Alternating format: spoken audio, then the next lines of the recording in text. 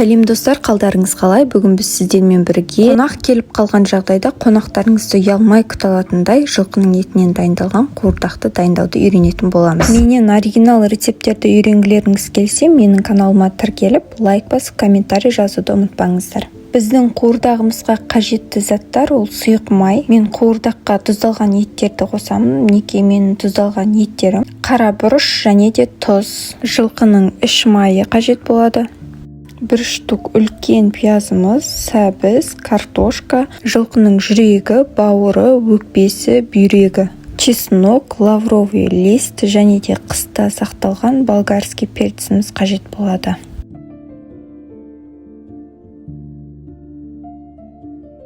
Ең алдымен осылай тұздалған еттерімізді кубиктап турап аламыз.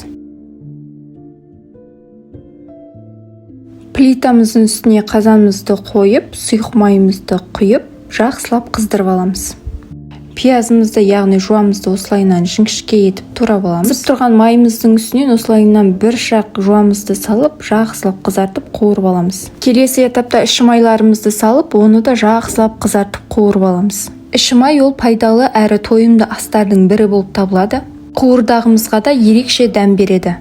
Іші майымызды осылайынан қызартып қуырып алып, барлығын бөлек тарелкаға салып аламыз. Дәл осы күйінде қант араластырып, нанның арасына жағып жесеңіздер де болады. Ол шыжғырық деп аталады. Іші майымыздың барлығын алып болғаннан соң кубиктап туралған жылқымыздың еттерін салып, жақсылап қуырамыз. Араластырып қуырып болғаннан соң баяу отта бетін жауып бұқтырамыз. Біздің еттеріміз бұқтырылып жарты сағаттай тұрды. Болған етіміздің үстіне майдалап туралған жуамызды салып, араластырмастан бетін жауып 15 минутқа қалдырамыз.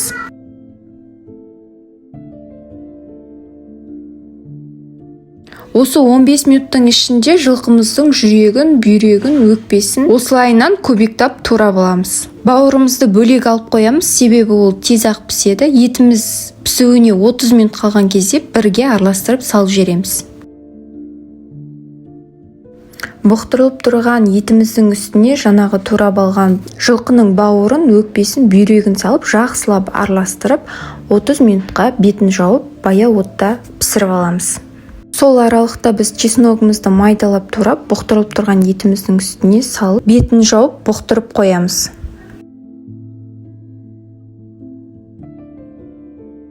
Ендігі этапта біз жылқымыздың бауырын, картобымызды, сәбізімізді дәл видеодағыдай етіп турап аламыз.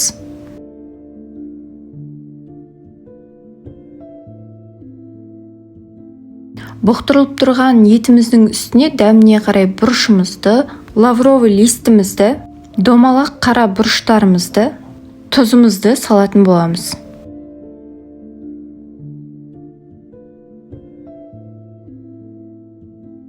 Қуырдағымыздың пісуіне 30 минут қалғанда бауырымызды, картобымызды, сәбізімізді саламыз. Барлығын салып болғаннан соң қуырдағымыздың бетін жауып, баяу отта 30 минут бұқтырамыз.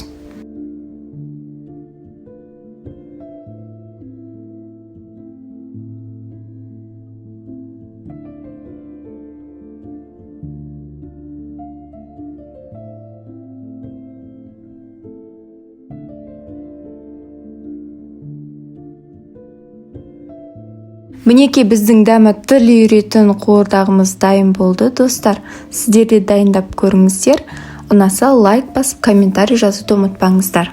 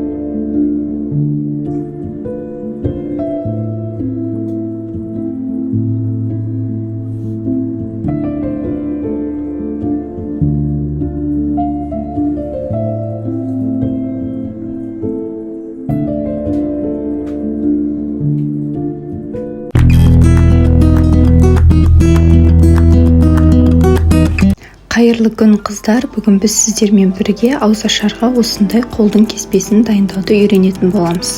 Мен бұл рецепті бұрыннан пайдаланамын, сондықтан сіздерге де жасап көруге кеңес беремін. Бізге қажетті заттар жуа, ет, сәбіз, картошка қажет болады. Қызып тұрған қазанымыздың ішіне алдымен майымызды салып, одан соң етімізді салып жақсылап қуырамыз. Етті жақсылап қуырып болғаннан соң ұсақтап туралған жуамызды саламыз. Жуаны қатты қызартып алуымыз керек, достар. Сонан соң сәбізіміз бен картопымызды салып жақсылап қуырамыз. Бұл тамаққа өздеріңіз қалаған спец түрін қолдануларыңызға болады. Мен қара бұрышты қолдандым. Сонан соң тұзды сеуіп, жақсылап тағы да қуырамыз. Мен мұнда 3 желанияның томат пастасын қолдандым. Сіздердің үйлеріңізде қызанақ бар болса, қызанақты қолдануларыңызға да болады. 2 шай қасықпен томат пастасын салып, жақсылап қуырамыз. Тамақты қуыру барысында томаттың қатты қуырылғаны өте маңызды, сондықтан су құюға қатты асықпаңыздар. Томатымыз жақсылап қуырылып болғаннан соң үстіне суымызды қойып, лавровый листті салып, жай отта қайнатамыз. Ендігі кезекте кеспе жасаймыз. Оған бізге 1 жұмыртқа, тұз және де 100 грамм ұн қажет болады. Осылайынан жұмыртқамызды, ұнымызды салып, жақсылап қамыр елейміз.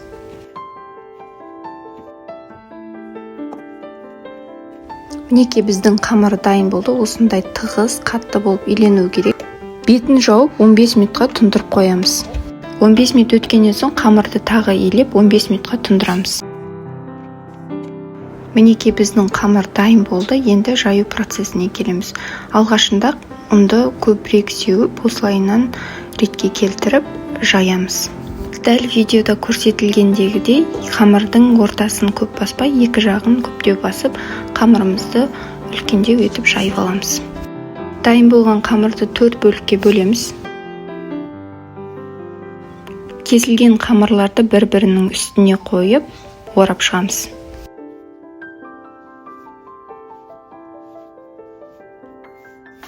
Оралған қамырымызды дәл видеодағыдай осылайынан жіңішке етіп кесіп аламыз. Мінекей біздің кеспеміз дайын болды. Енді қайнап тұрған сорпамыздың үстіне салуымызға болады. Мінекей қайнап тұрған сорпамыздың үстіне саламыз. Мен жарты бөлігін ғана қолдандым. Жарты бөлігін мұздатқышта сақтап қойсаңыздар да болады. Кеспемізді салып болғаннан соң қыста қатырылған болгарский перецімізді саламыз. Бетіні жауып, жай отта 5 минут қайнатсаңыздар да жеткілікті. Мінекей біздің кеспе көжеміз дайын болды. Сіздерге де жасап көруге кеңес беремін. Менің видеом ұнаса, лайк басып, комментарий жазуды ұмытпаңыздар. Сіздермен болған Сандуғаш, менімен соңына дейін болғандарыңызға алғысым шексіз.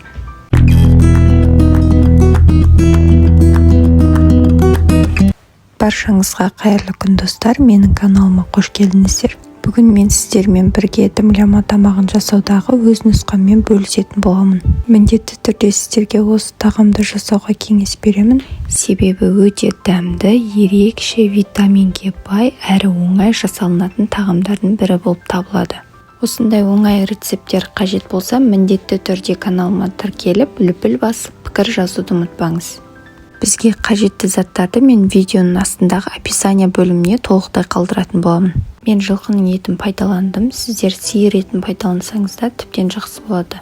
Үйіңізде қандай витаминге бай көкөністер бар, соның барлығын қолдана берсеңіздер болады. Ең алдымен осылайынан өзімізге қажетті заттардың барлығын ұсақтап турап аламыз. Мен құйрық майды турадым алдымен.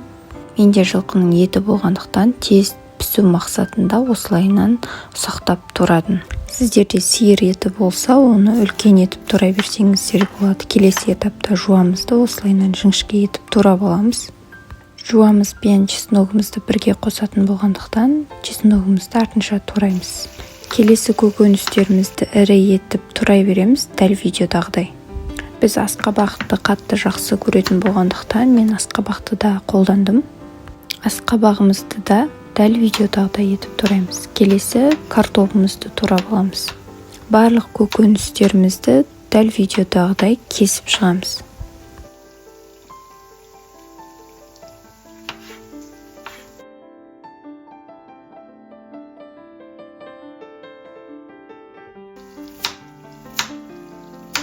Ендігі кезде қызып тұрған қазанымызға сұйық майымызды көптеу етіп құйып, үстінен турап алған етімізді, құйрық майымызды салып жақсылап қуырамыз. Менде жылқының еті болғандықтан қуырдым, ал сіздерде сиырдың еті болса, қуырудың қажеті жоқ. Дәл видеодағыдай турап алған барлық көкөністерімізді салып, үстінен тұзымыз бен бұрышымызды салып отыруды ұмытпаймыз. Ең бірінші сәбізімізді салдым, сәбізіміздің үстінен жуамызды салып, тұз бен бұрышымызды сеуіп, қызанақтың үстінен редканы, оның үстінен тағы да тұз бен бұрышымызды сеуіп, жуамыз бен чесногымызды салып, үстінен ірілеп туралған картоптарымызды салып шығамыз. Тағы да тұз бен бұрыш. Сіздер өздеріңізге ұнайтын спец түрін қолдансаңыздар болады. Мен видеода тек қара бұрышты ғана қолдандым. Ең үстіңгі жағына асқабағымыз бен лавр жапырағын және де қысқа деп сақталған болгарский перцімізді салып, капустамыздың сыртқы бөлігін тазалап алып, осылайынан өзімізге қажетті бөлігін турап аламыз. Көкөністердің барлығын салып жатырған кезде біздің отымыз баяу болу қажет. Мінекей біз дайындап қойған капустамызды осылайынан бетіне жауып шығамыз. Мен соңғы жағында осылайынан ірі қара бұрышты қостым, ол ерекше дәм береді тамаққа. Ендігі етап бір кесе салқын суымызға жарты ас қасық тұзымызды, бір ас қасық томатымызды салып, осылайынан жақсылап араластырып, дайындап қойған тамағымыздың үстіне құямыз. Бетін жауып, баяу отта 1,5 сағат пісіріп аламыз. Мінекей біздің өте дәмді әрі көкөніске бай дымляма тамағымыз дайын болды. Достар, сіздерге де дайындап көруге кеңес беремін. Видео ұнаса маған міндетті түрде тіркеліп, видеоға лүпіл басып, пікір қалдыра кетіңіз. Менімен бірге соңына дейін болғаныңызға рахмет. Сіздермен болған Сандуғаш. Қош сау болыңыздар.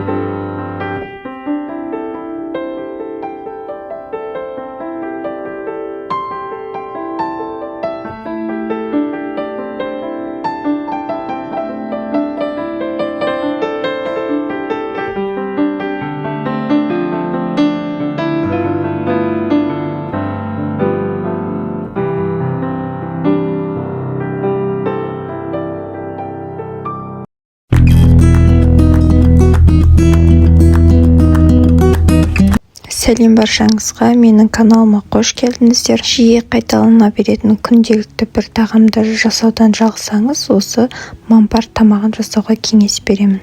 Ұйғыр халқының ұлттық тағамы өте дәмді, тойымды болып шығатын мампарды дайындаймыз. Алдымен өзімізге қажетті заттарды осылайынан видеодағыдай төрт-бұрыштап турап аламыз. Мен барлық қажетті заттардың мөлшерін описание бөлімінде қалдыратын боламын. Алдымен қызып тұрған табамызға майымызды құйып, қызған майдың үстінен етімізді салып, үстінен жуамызды салып, жақсылап қуырып аламыз. 2 тіс сарымсағымызды салып, болгар бұрышын салып, сәбізімізді, картобымызды, селдері мен помидорымызды салып, жақсылап тағы да қуырамыз. Бұл тағамда қуырып отыру маңызды, сондықтан әр салманы салған сайын жақсылап қуыруды ұмытпаңыздар. Соңында ұсақтап туралған кинзамызды, дәміне қарай тұзымызды, бұрышымызды салып, тағы да жақсылап қуырып аламыз. Бір ас қасық томат пастасын қосып, тағы да жақсылап қуырып алып, үстінен салқын суымызды құйып, 1 штук ашты перцімізді, яғни қалампырымызды бүтіндей салып, бетін жауып, баяу отта қайнатамыз.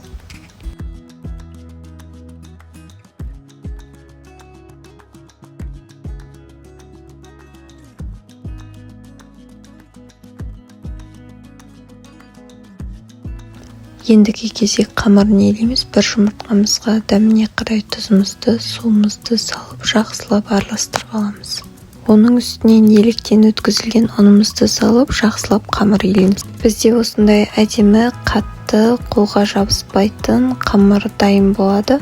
Дайын болған қамырымыздың бетін жауып, 15 минутқа тұндырып қоямыз. Сол 15 минуттың ішінде 2 рет қайтара иілін қандыруымыз керек. Мінекей біздің қамырымыз дайын болды. Енді қамырды жаю этабына келеміз. Қамырды жаю барысында ең басында ұнды көбірек сеуіміз қажет.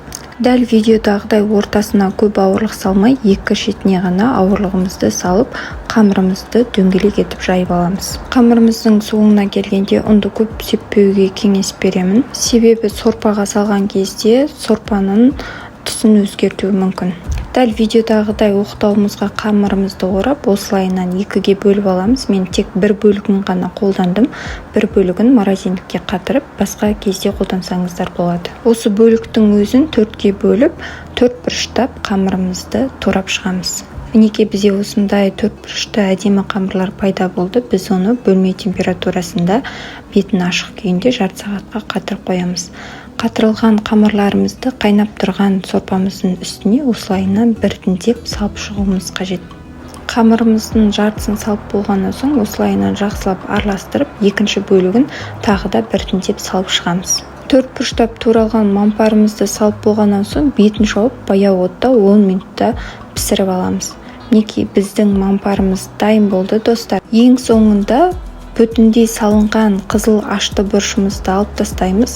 Сорпамыз қатты ашты болып кетпеу үшін. Мінекей біздің дәмі тіл үйіретін, тойымды ұйғыр халқының ұлттық тағамы мампар тағамымыз дайын болды, достар. Сіздерге де жасап көруге кеңес беремін. Егер менің видеом ұнаса, видеома лүпіл басып, пікір қалдырып, тіркелек етіңіз. Және де достарыңызбен бөлісуді ұмытпаңыз. Сіздермен болған Сандуғаш. Менімен видеоның соңына дейін болғандарыңызға рахмет. Қош сау болыңыздар.